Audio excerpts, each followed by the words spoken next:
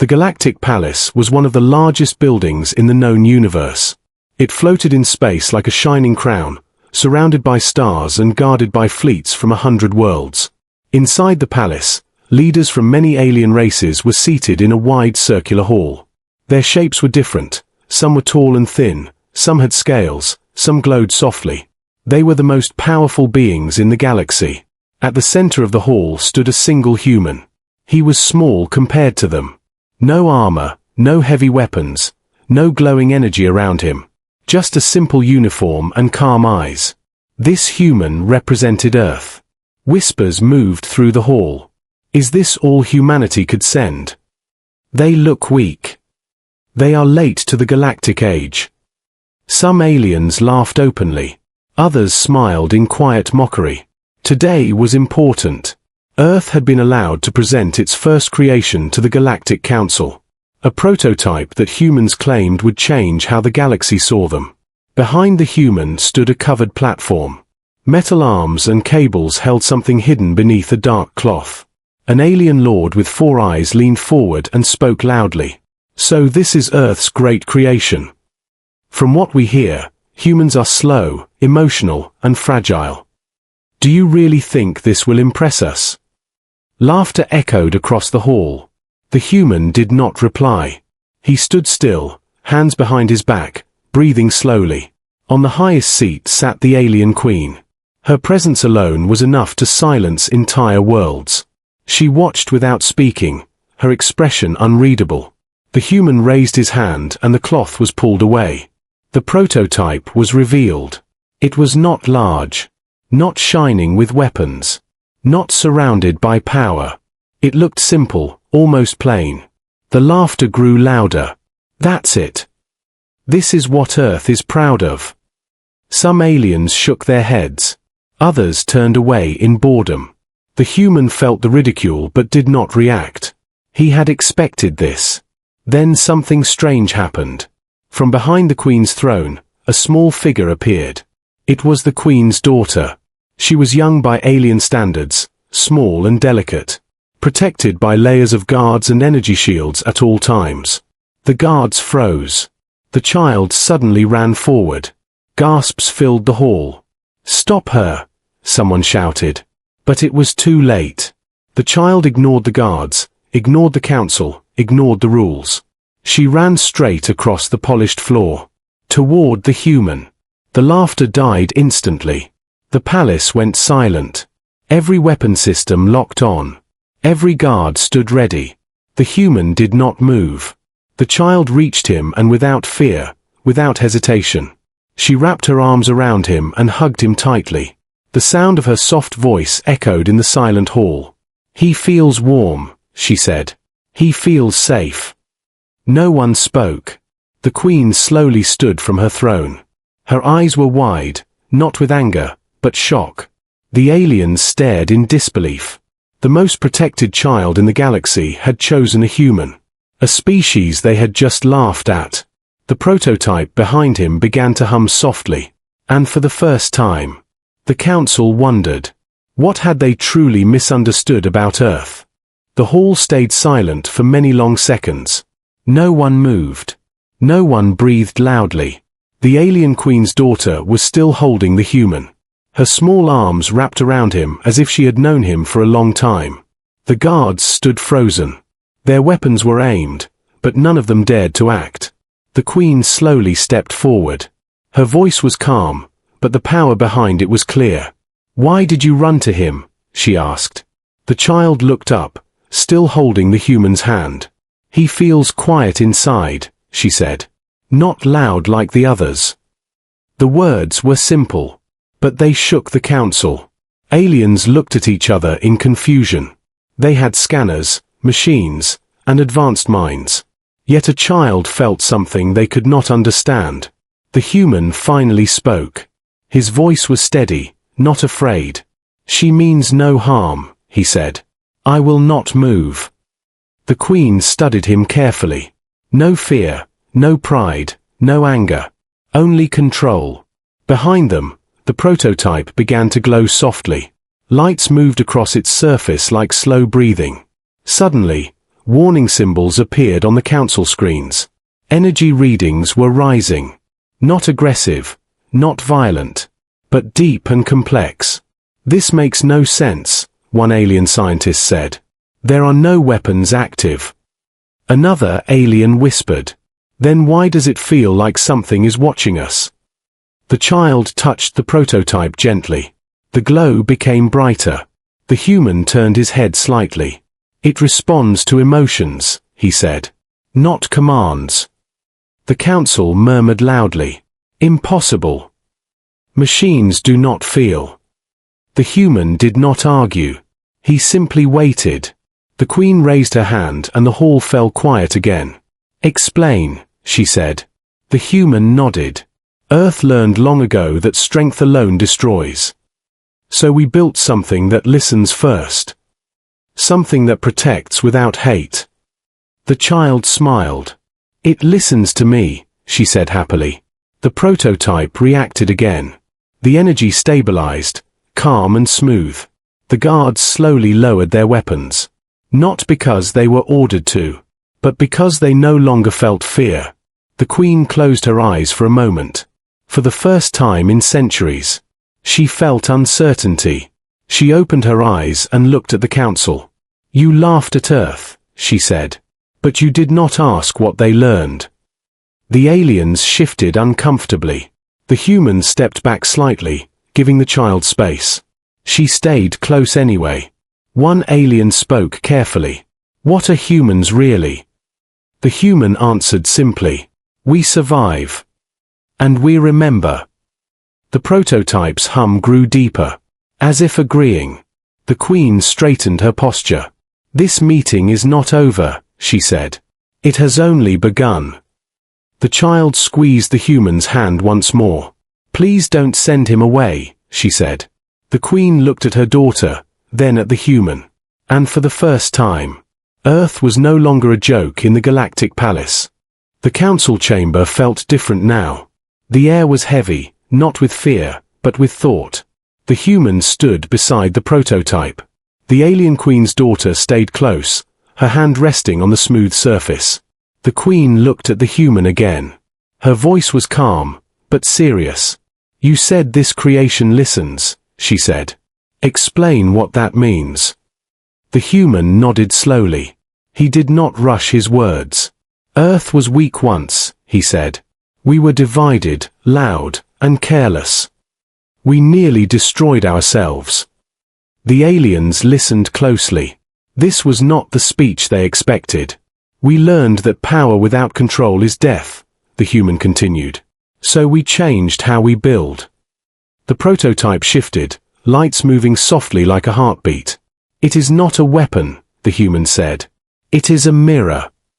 Confused voices rose across the hall. "A mirror of what?" an alien asked. "Of intent," the human replied. "It reads emotion, choice, and purpose." The Queen's eyes narrowed slightly. "So it judges," she said. "No," the human answered. "It understands." The alien scientists pulled data fast.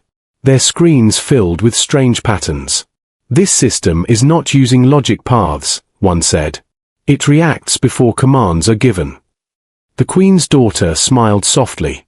"It feels kind," she said. The room fell quiet again.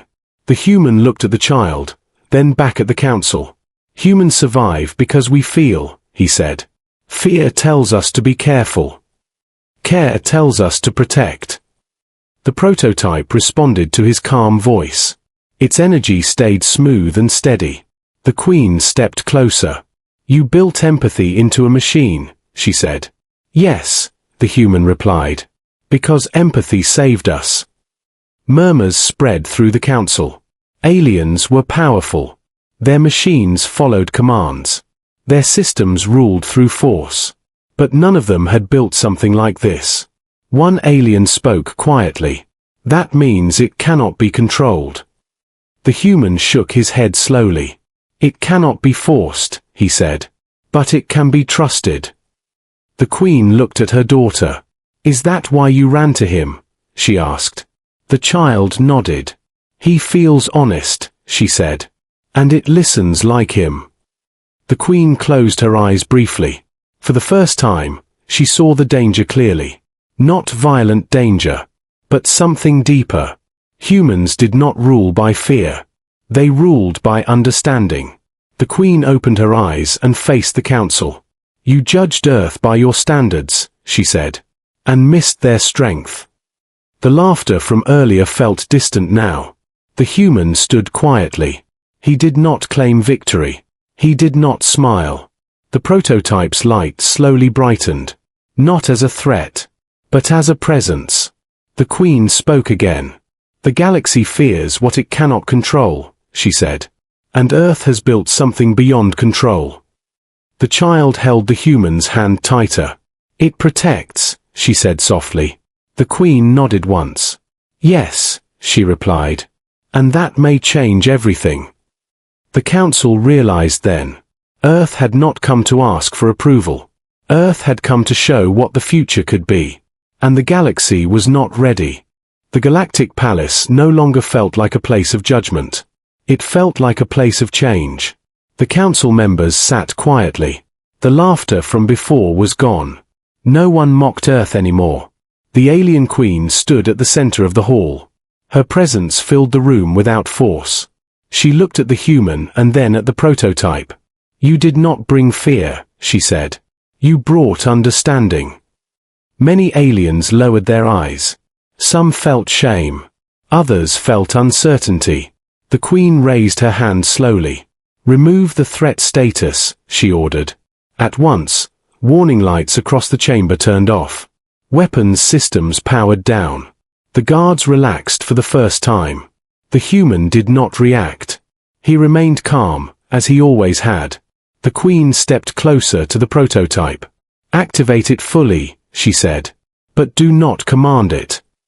The human nodded and took a single step back. The prototype responded on its own. Its light grew brighter, but stayed soft. The sound it made was low and steady. The aliens felt it again. Not fear. Not pressure. But presence. It is aware of us, one council member whispered. Yes, another replied. And it does not judge. The Queen turned to the council. You believed strength must be loud, she said. Earth shows us strength can be quiet. The words settled deeply. One by one, alien leaders stood from their seats. Not in challenge, but in respect. The human noticed the change. He did not bow.